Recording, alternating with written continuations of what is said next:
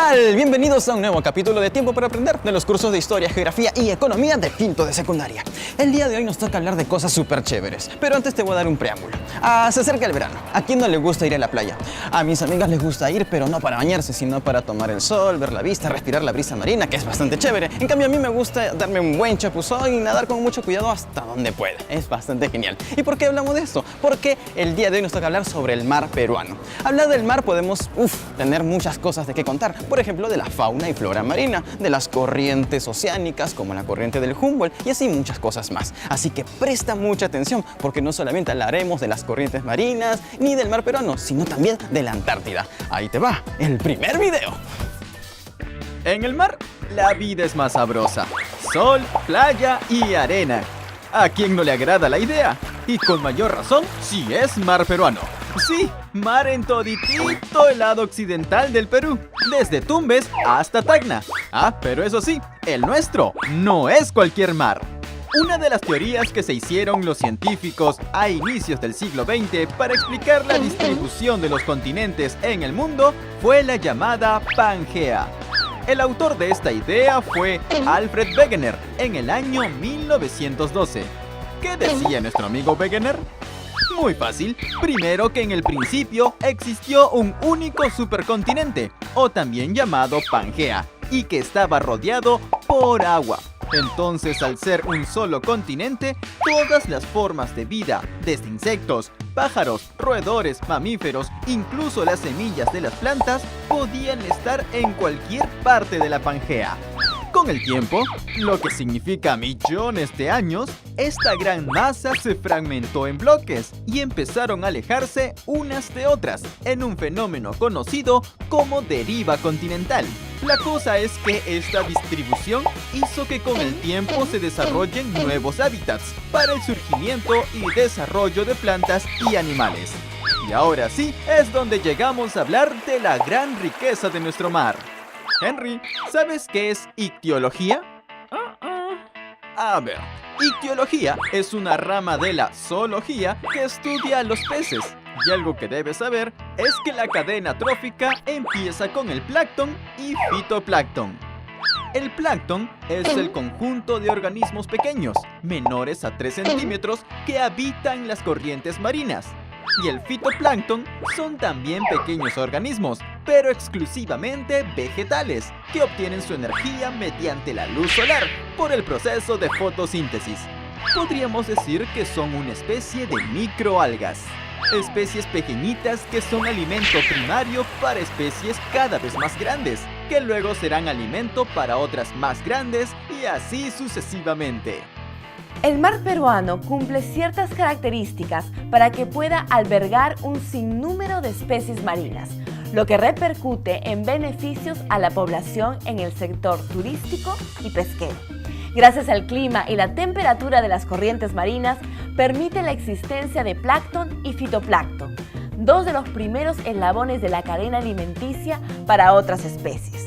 Pero el mar peruano no solo es rico en fauna, sino también por sus importantes yacimientos de hidrocarburos. Veamos un poco más. Si creías que el petróleo o el gas natural solo se extraían de terrenos rocosos a nivel del suelo, pues estabas equivocado, porque en el Perú y en otros países del mundo también se realiza extracción de estos recursos, pero bajo el mar. Por ejemplo, ¿sabías que Piura es el principal productor de petróleo de extracción secundaria? Es decir, bajo el mar. En el norte se encuentran los yacimientos de La Brea, Pariñas, Loditos, Negritos, El Alto, Lagunitas, Los Órganos, Talara y Zorritos.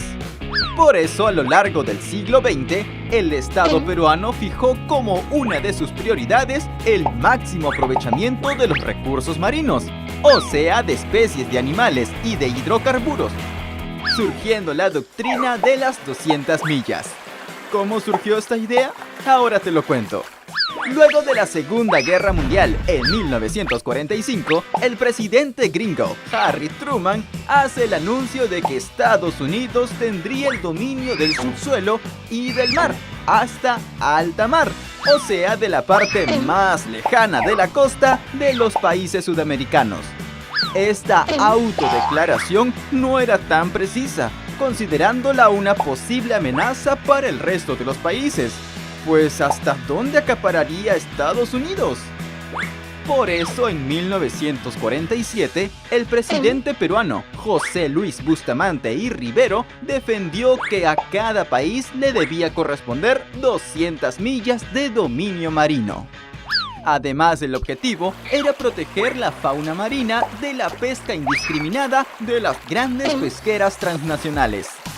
El presidente chileno Gabriel González Videla le puso un like a esta iniciativa y también se unió al plan de las 200 millas.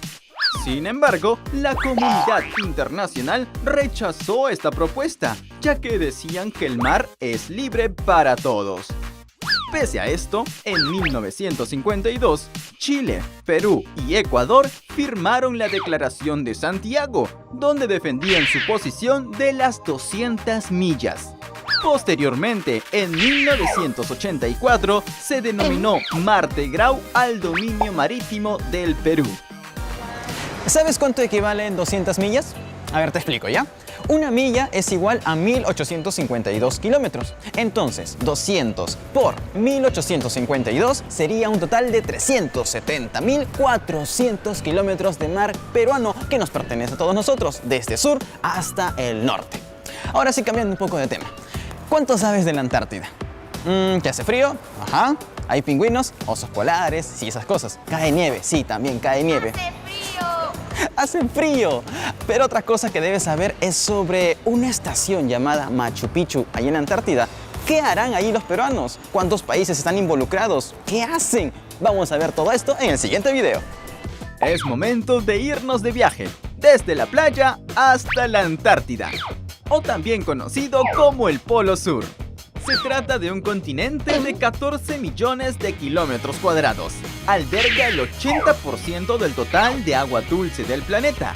Y en agosto, la temperatura desciende hasta 50 grados bajo cero. Para que te des una idea de cuánto frío hace, te pongo un ejemplo. Para que un poco de agua se convierta en hielo, se requiere una temperatura de 0 grados. ¿Ok? En la Antártida hace hasta menos 50 grados. ¡Eso sí que es frío! Aquí se encuentran delegaciones de casi todos los países del mundo con un solo objetivo: realizar investigaciones científicas, como la medición de la capa de ozono, la contaminación del aire, el deshielo antártico y otros fenómenos naturales. Y en medio, bueno, no tan en medio, pero en este gran continente blanco, el Perú también tiene una base científica llamada Machu Picchu, ubicada en la isla Rey Jorge. Esta base fue construida en el año 1989. Cuenta con 2 módulos para vivienda, un laboratorio, un módulo de cocina-comedor, un garaje-taller, una administración y un módulo de emergencia. O sea que está bien preparado. En la base Machu Picchu, los científicos peruanos investigan sobre el krill y las posibilidades de emplearlo como alternativa para la alimentación humana. Proyectos geológicos, biológicos, hidrológicos y geofísicos. Para poder trasladar a los científicos los alimentos y todos los equipos de investigación que necesitan, se realiza en el buque de investigación científica Humboldt, del Instituto del Mar de Perú. Desde mediados del siglo XX, la actividad científica y exploratoria aumentó en el territorio antártico. Ante el aumento de bases extranjeras, la comunidad internacional alertó que las investigaciones y exploraciones en este lugar se realicen únicamente a favor de la ciencia y con fines pacíficos.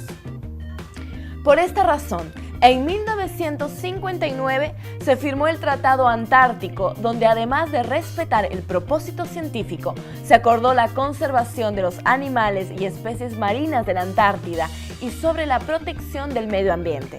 El Perú se unió al Tratado de la Antártida en el año 1981. Hablemos un poco sobre el Humboldt.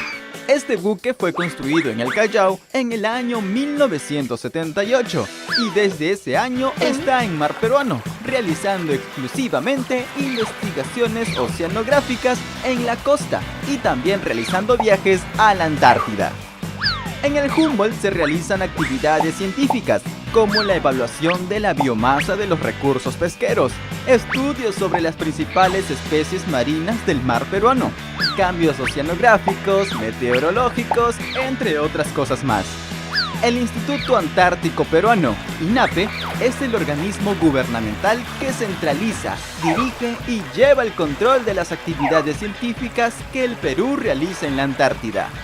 Veamos los objetivos del INAPE.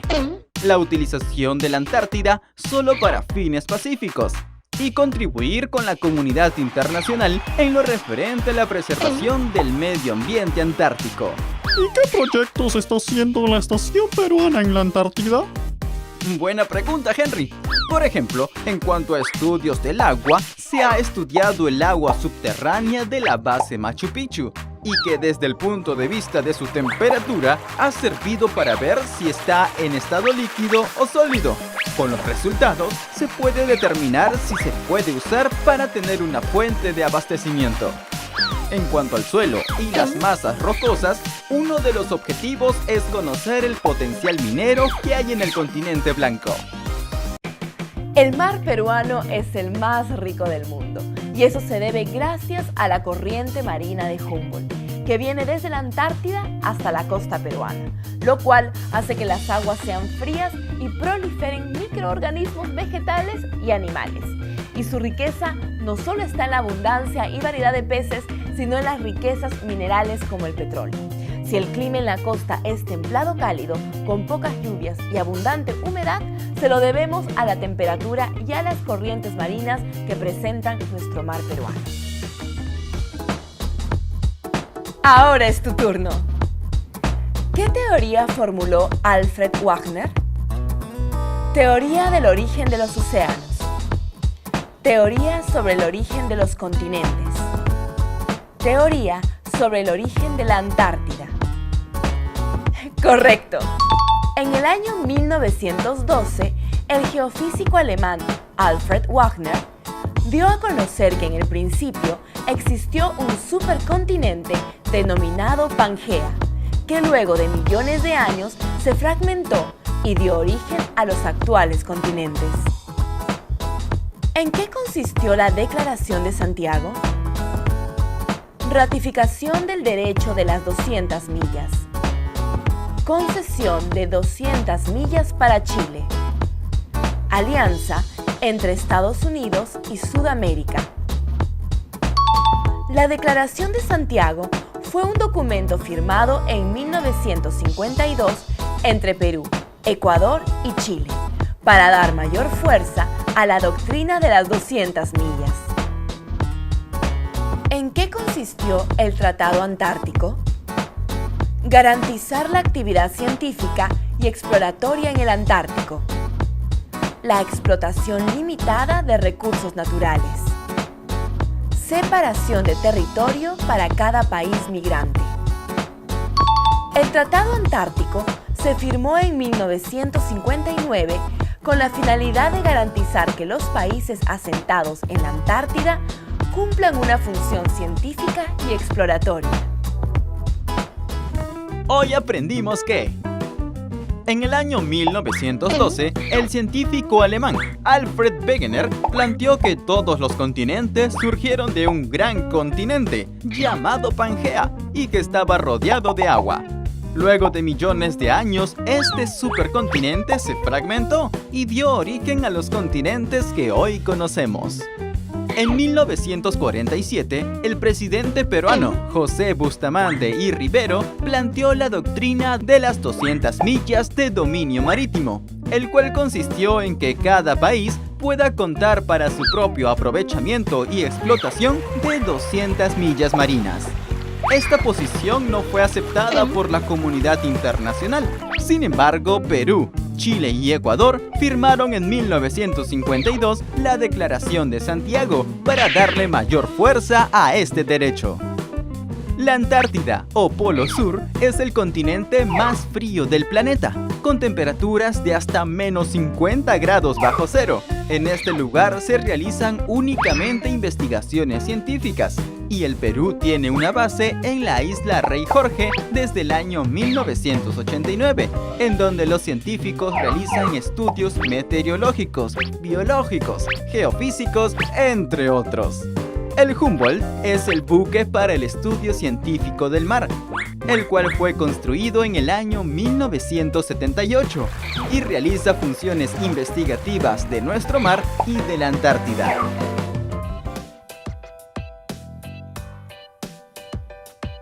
Cada día millones de especies marinas se ven afectadas por la gran contaminación que generamos nosotros las personas. Según un informe internacional, hay más de 270 millones de toneladas de basura flotando en este momento en todo el océano. Y uno de los materiales más contaminantes es el plástico. Plástico que es tan útil en la medicina, en la vida diaria, en la cocina, para llevar agua simplemente y entre otras cosas. Pero ¿sabías que esto es un veneno para la naturaleza? Por eso, la reflexión que quiero que lleguemos a continuación es: ¿qué hacemos y cómo usamos este material? Primero, tenemos que reducir su consumo. A veces es inevitable tener que portar un producto de plástico, así que tenemos que tratar de reusar y darle los más usos posibles a este material. Y cuando ya su vida haya terminado, pues llevarlo a un contenedor de basura para el uso y reciclaje de plástico. De esta manera ayudaremos a que nuestra naturaleza y muchas especies de animales no mueran cada día. No lo olvides. ¿Sabías que? Hace 40 millones de años, la Antártida era un paraíso tropical. Según estudios científicos, durante la mayor parte de la era geológica, la Antártida estaba cubierta por bosques y desiertos, clima cálido e inclusive muchos animales y hasta dinosaurios vivían ahí. Y te preguntarás, ¿cómo fue esto posible? Debido a las altas concentraciones de CO2. Un gas que expulsaron los volcanes y aumentó la temperatura de la atmósfera, permitiendo la proliferación de vida tropical hace más de 40 millones de años. Bueno, ahora ya lo sabes. ¡Qué cosa de locos! La Antártida. Tanto frío, vivir a 40 grados bajo cero, tener el día con 20 horas de luz y aún así estar recontrarropado por el frío. Esto es la Antártida, el continente más frío del mundo y donde nuestro país tiene su base científica dedicada a la investigación. Y amigos, así terminamos un capítulo más de Tiempo para Aprender. Espero que la información te haya ayudado a comprender mejor ese tema sobre el mar peruano y la Antártida. Pero tu función no termina aquí, tienes que seguir investigando, estudiando y preguntando a tus profes para que todo te quede bien clarito. Así que no dejes de seguir también nuestras redes sociales, donde tenemos mucha información para ti. Sácate un 20 y sigue la programación de USMP TV. Aprende con todo. ¡Nos vemos! ¡Chao!